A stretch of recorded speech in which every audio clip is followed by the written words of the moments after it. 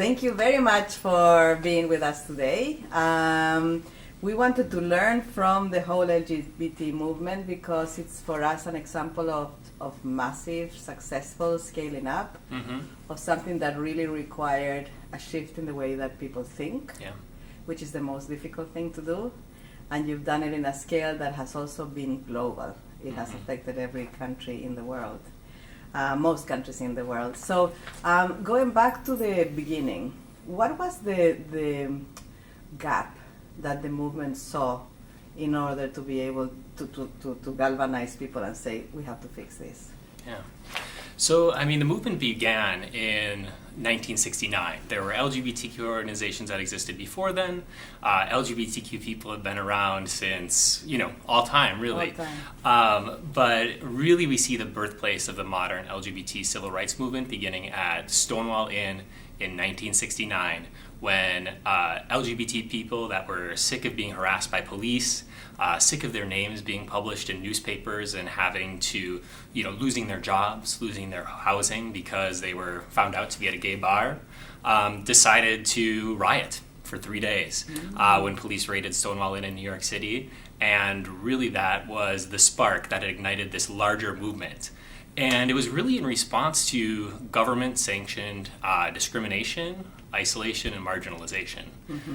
In much of the country, in very few cities, was it not illegal to be gay. You could be arrested for being seen kissing a man, for being transgender. And the result of that was LGBTQ people realizing that the government is not going to work for them. It's time we form our own community and actually start fighting back. So when you say a gap, at the very beginning, the gap really started with the fact that LGBT people felt much like individuals and hadn't been organized and hadn't thought of themselves as a larger community. That moment at Stonewall sparked a number of LGBT organizations being launched in New York City and other cities across the nation, eventually around the world. It sparked LGBT newspapers for the first time, so we were able to communicate with each other as a community. And on the one-year anniversary of the Stonewall riots was a first Pride March, which made us more visible. And eventually Pride Marches were, seen around the world or around the country, and really led to a whole new way of people thinking about their own identity, which was, I'm not someone that needs to hide who I am. We can be visible, out, and proud.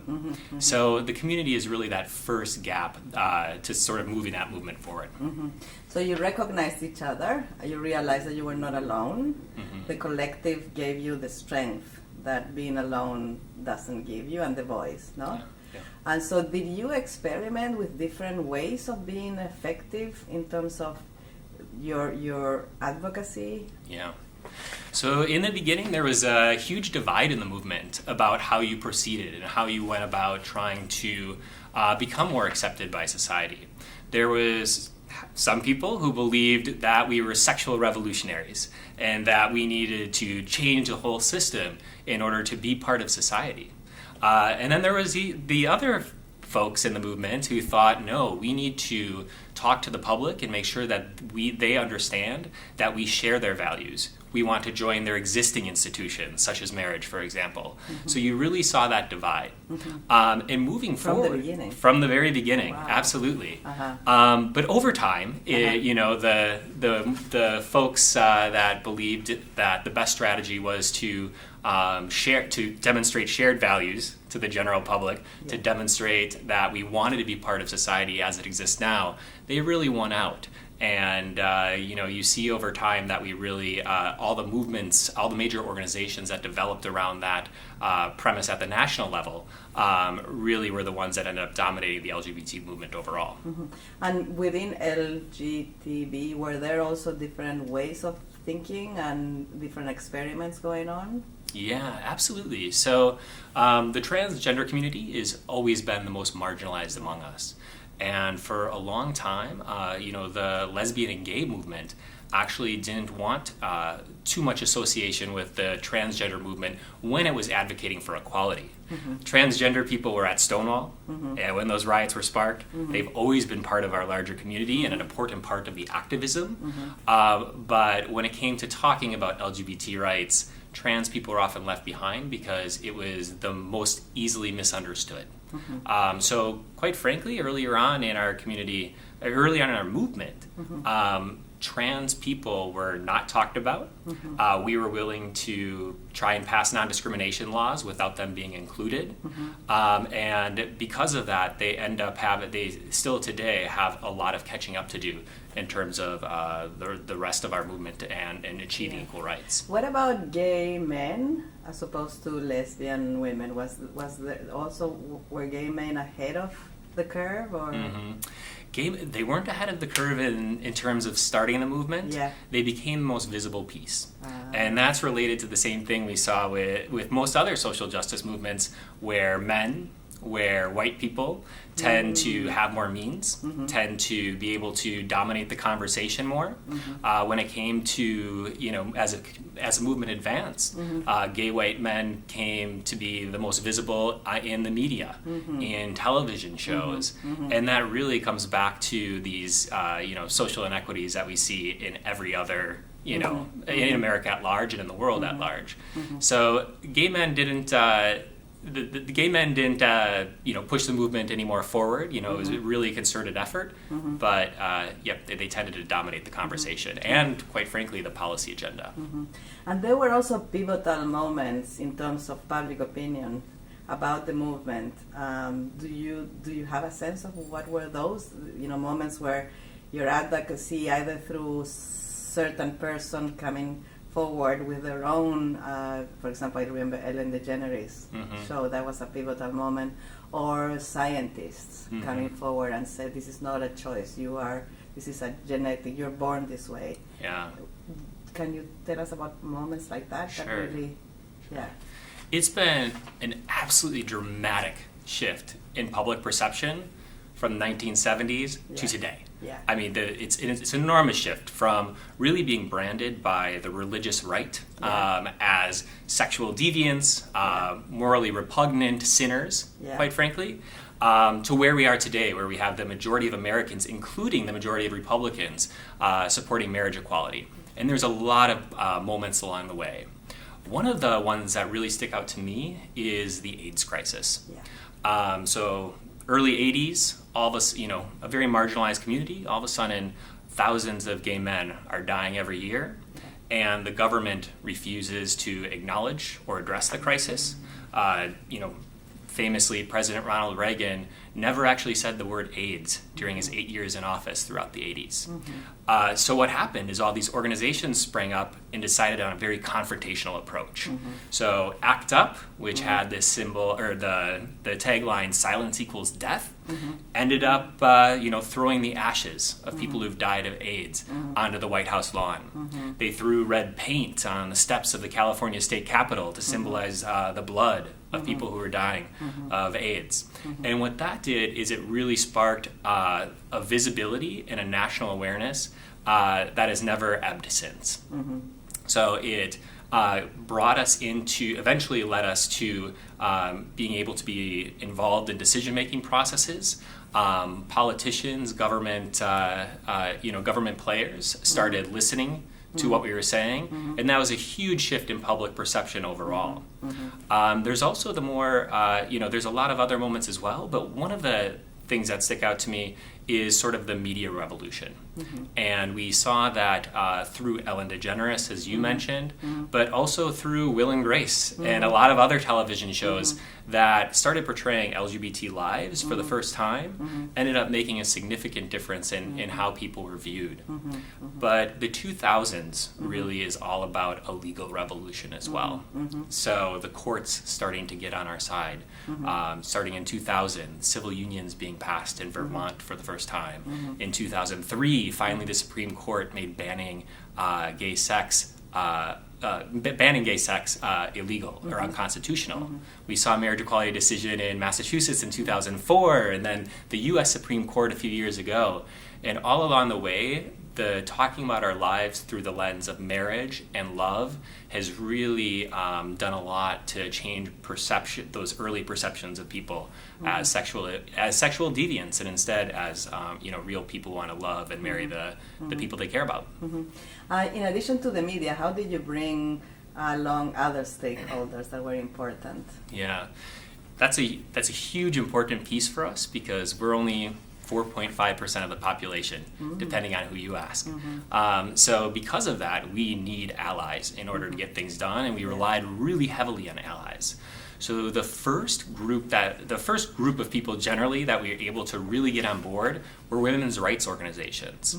And we were able to do that really in the late 1990s or mid 1990s because of a shared belief in the right to privacy. Women's rights groups were reliant on a strong right to privacy in order to secure abortion rights. Yeah. And similarly, the LGBT rights movement was demanding a strong right to privacy so that they could be in relationships with whoever they wanted, I should say, of people of the same sex. Yeah. And that made for a natural alliance, and women's groups got on board really early. And since then, working with the African American civil rights movement, the Latino civil rights movement has been absolutely critical to having a larger voice than we would otherwise. But the one other huge piece is allies generally. So the LGBT civil rights movement has been heavily pushing the concept of coming out for the last 20 years or so, with the idea that when you can other a population very easily, but when it's your brother, when it's your sister, when it's your family member or friend, it makes it much harder to do that. And that's been transformative in people's perceptions of LGBT people and has really led to become a much larger force. LGBT people feel like a much larger force than the 4.5% of the population that we actually represent. Wonderful. And what about the organization? Is it a network of networks? How is this organized? Yeah. Perhaps unlike any other movement, the LGBT civil rights movement has diversified its methods and tactics across an incredibly complicated array of organizations. So organizations at the local level doing community health work or legal work, organizations at the state level and at the federal level really focusing on diverse methods for achieving equality. So, legal organizations have been a huge part of the battle to achieve equality in the courts, working on our marriage ruling, working on other things. We've also had advocacy and lobbying organizations that have been critical, talking with legislators, putting forward legislation to ban discrimination and other things. But we've also had media watchdog groups that are very focused on changing the way the media talked about LGBT people. In the early 2000s, it was critical to combat a lot of the homophobia and transphobia that we saw in the media, and that led to a dramatic shift in public perception. And then we also have our political organizations like LGBTQ Victory Fund, which works to actually build LGBTQ representation in government by not just relying on decision makers, but by being elected and becoming the decision makers as well. Yeah. And it's that diversification of tactics and methods to focus on the same overall, end goal that has really advanced our movement forward. So it's like 1,000 flowers blooming, or? Absolutely. Okay. And they're more, and some are more important at different times, and it goes up and down. Sometimes our legal organizations are really at the forefront. And gets everybody's support. Absolutely. And other times our advocacy organizations take the front lines. For example, under the Trump administration, organizations that were working to lobby the White House, lobby Congress, have become less important, but our legal organizations kick in, right? Yeah. And is there like a central brain that is helping all this, or it just happens organically? It's a combination. What's interesting is most of the organizations that start up with a new method or tactic or in a new geographic area, they're usually activists that have been at another organization and saw a gap missing. Although they're the executive directors of the national organizations do meet once a year, so there's a little bit of a brain trust there and a lot of conversations. And at the state level, similarly, there's a unifying organization across all of these. But really, they're independent actors in a lot of ways, and in some ways even competitive amongst each other to be, the organization that actually drives equality forward at any given moment. And the funding, how do you each organization looks for their own funding? How do you do that? Yeah, absolutely. Yeah, so our funding began counting pennies in New York City and Yes. trying to, fund flyers to be able to put things out. And over time, we really built a major donor network that we've relied on heavily for building up organizations at every level of, the state, the local, the federal. But over time, as public perception has changed, corporations have become a huge part of the funding of the movement. Wow. They were not willing to jump on board early. But now, you go to a pride parade and, half the floats are, logos of corporations, right? So corporations play a significant role in the funding of LGBT organizations. A lot of them up to 30 to 40%, I would say. Mm-hmm. And then the last piece is really government and grants from, various foundations. Mm-hmm.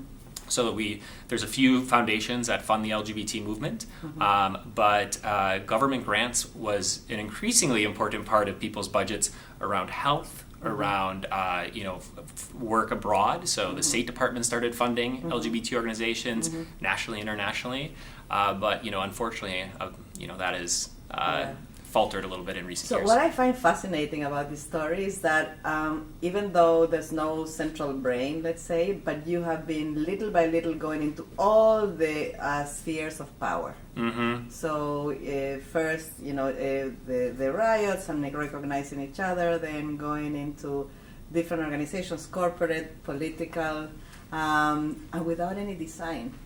It's just happened. Any idea why?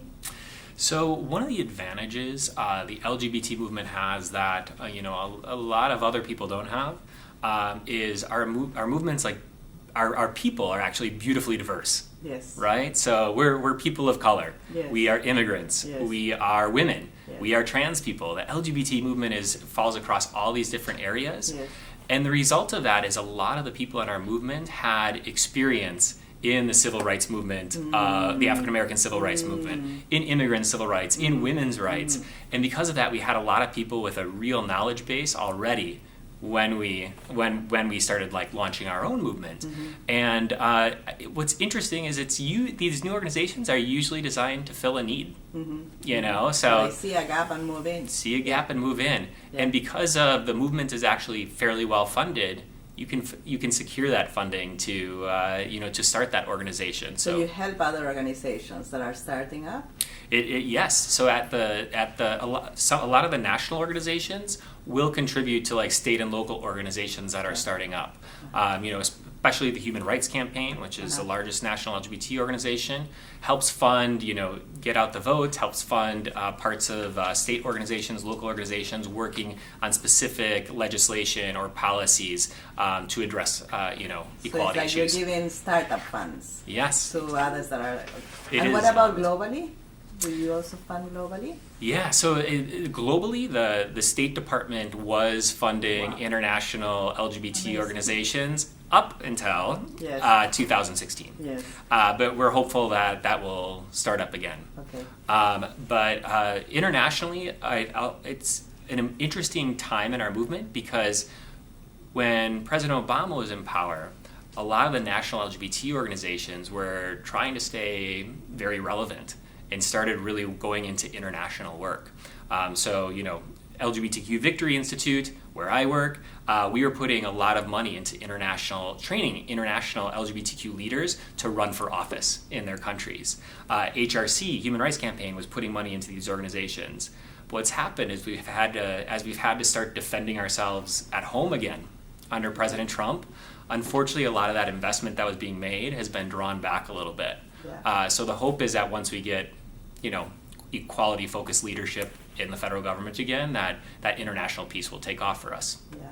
The other part that I really love is that there's something very strong about your values, which is like a glue.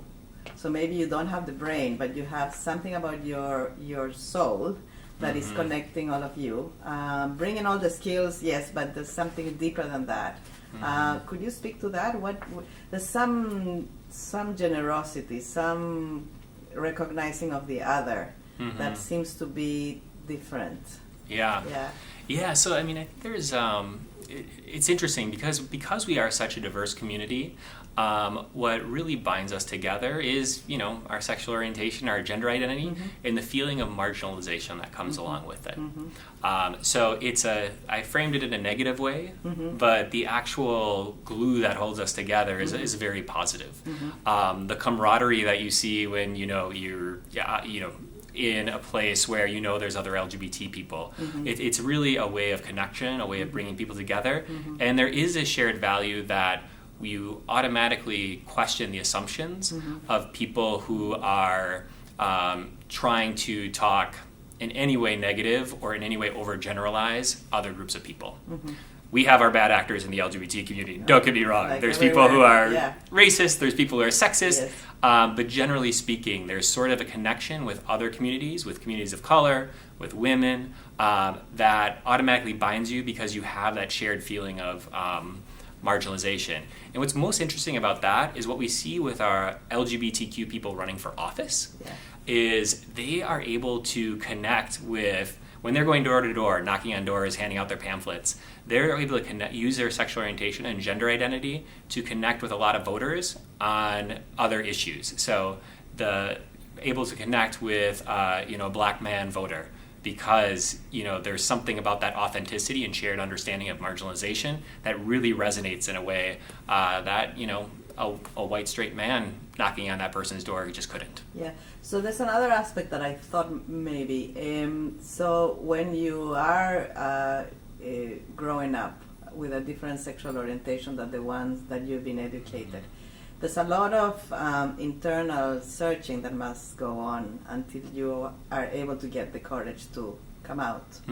So I was thinking maybe it's that work, that internal work that makes you know yourself better, you've struggled more, and in a way that makes you a stronger human being, and more authentic. So that struggle. Yeah. Yeah. Yeah, no, I think that's absolutely the case.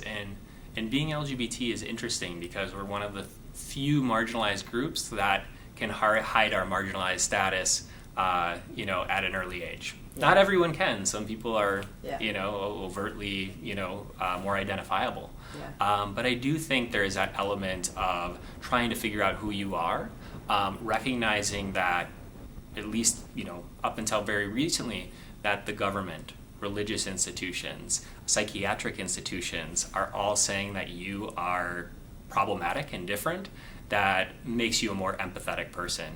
And that really ends up, this, when you hear stories of other people struggling, there's a certain empathy that you can immediately resonates with you,